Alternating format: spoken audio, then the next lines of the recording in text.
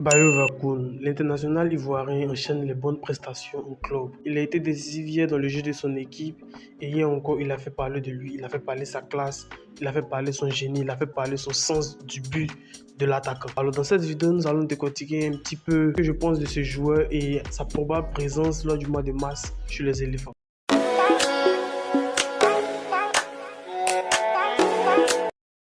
D'abord, avant de commencer cette vidéo, les gars, abonnez-vous si ce n'est pas déjà fait.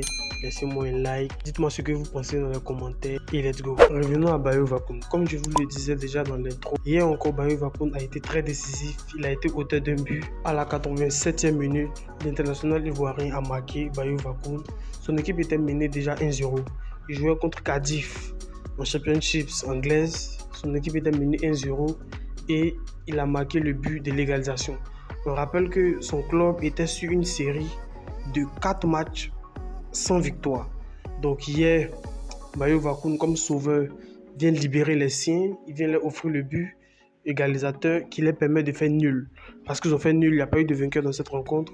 Ils ont fait 1-1. Alors, ce joueur confirme de plus en plus sa place de titulaire indiscutable ou de remplaçant idéal de Sébastien Haller.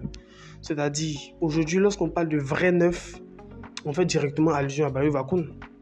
Bayo Vakoun actuellement est le vrai neuf. On sait tous que Haller est l'attaquant vedette de Côte d'Ivoire. Lorsque Haller est en forme, c'est Haller qui sera titulaire, que ce soit avec MS Faye, que ce soit avec n'importe quel entraîneur. C'est Haller qui sera titulaire parce que c'est l'attaquant vedette. C'est l'attaquant le plus reconnu en termes d'aura. C'est l'attaquant en termes d'aura qui a le plus d'aura. C'est l'attaquant ivoirien qui a le plus d'aura à l'international dans le monde. Donc c'est lui qui clairement ce qui faillit compte. C'est vrai qu'il a beaucoup de blessures, tout ça. Mais moi je pense qu'en l'absence de Sébastien Haller, sinon à la probable absence de Sébastien Haller, un garçon comme Bayo Vakoun peut le remplacer dignement. Ça, je suis convaincu de cela. Je ne sais pas ce que vous pensez de mon avis. Vous laisserez pour vous dans les commentaires et on pourra échanger là-dessus.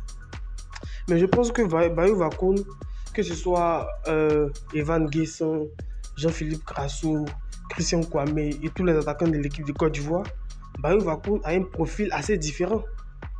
Il joue en fixation. Il n'est pas comme Guesson qui peut jouer à droite, Grasso qui peut jouer en milieu de soutien numéro 10, en 9 et demi. Il n'est pas comme Christian Kwame qui peut jouer sur les côtés aussi. Lui, c'est un attaquant de point numéro 9, idéal. Même profil que Sébastien Haller. Il a la taille, il est grand, il est vivace, il est agressif. Il joue dans le championnat anglais. Et nous tous, on connaît les réalités du championnat anglais. On sait que c'est un championnat qui demande beaucoup de l'impact physique, beaucoup de l'intensité. Et lui, il arrive à être titulaire dans ce club-là. Il était titulaire et il a marqué.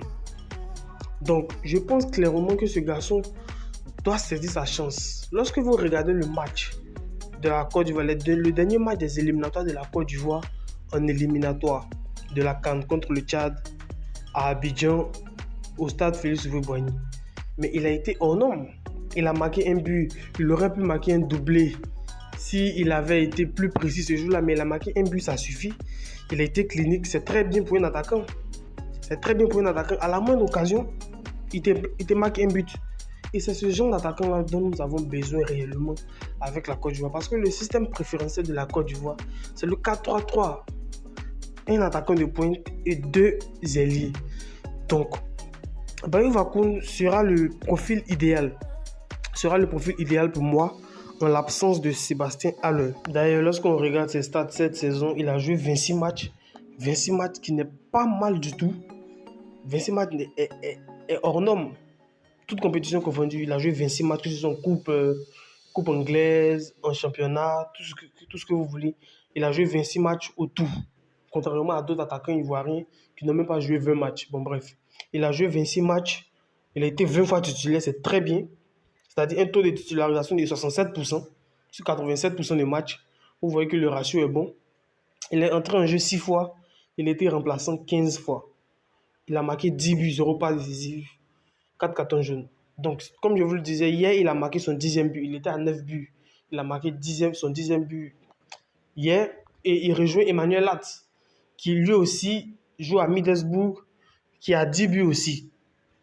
Qui a 10 buts aussi également. Donc, il le rejoint en tête des meilleurs buteurs de la Championship parce que les deux évoluent là-bas. Je dis ça parce qu'en Côte d'Ivoire, on a tendance à beaucoup griller les joueurs vite. On se dit, il vient d'arriver, quelle est sa complémentarité avec les joueurs.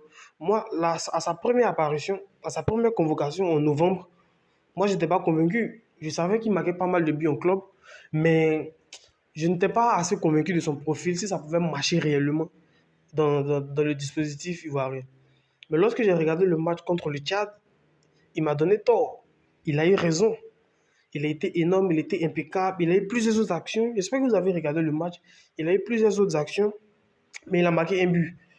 Donc, il aurait pu marquer un doublé, un triplé ce jour-là, mais il a marqué un but. C'est ce qu'on demande à un attaquant de marquer. Après, vous me parlerez de Christian Kwame, de Jean-Philippe Grasseux. Donc, selon vous, quel est le numéro 9 idéal qui peut remplacer Sébastien Haller actuellement? Est-ce Bayo Vakoun? Est-ce Christian Kwame?